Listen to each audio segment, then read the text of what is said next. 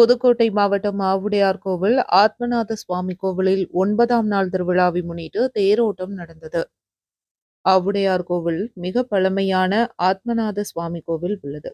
இக்கோவில் பாண்டிய மன்னரிடம் முதலமைச்சராக இருந்த மாணிக்கவாசகரால் கட்டப்பட்ட திருவாசகம் பிறந்த திருவாவடுதுறை ஆதீனத்திற்கு சொந்தமான கோவிலாகும். இக்கோவிலில் ஆண்டுதோறும் மார்கழி திருவாதிரை திருவிழா, ஆணி திருமஞ்சன திருவிழாவும் சிறப்பாக நடத்தப்படுவது வழக்கம். அதன்படி மார்கழி திருவாதிரை திருவிழா கடந்த 3ஆம் தேதி கொடியேற்றத்துடன் தொடங்கியது. விழாவின் முக்கிய நிகழ்வுகளான 7ஆம் நாள் திருவிழாவில் மாணிக்கவாசகர் குருத்தோலை சப்பரத்தில் குருமகா சன்னிதானம் அம்பலவான தேசிக பரமாச்சாரியார் சுவாமிகள் முன்னிலையில் காட்சி கொடுத்தார்.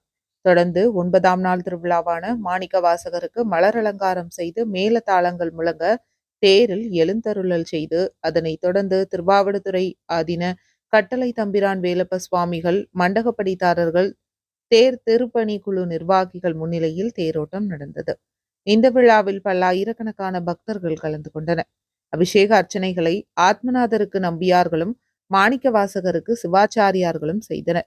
விழா ஏற்பாடுகளை தென்மண்டல மேலாளர் ராமச்சந்திரன், மேற்பார்வையாளர் முத்துகிருஷ்ணன், கோவில் கண்காணிப்பாளர் கதிரேசன் ஆகியோர் செய்தனர். பாதுகாப்பு ஏற்பாடுகளை அறந்தாங்கி டிஎஸ்பி ரவிக்குமார் தலைமையில் போலீசார் செய்தனர்.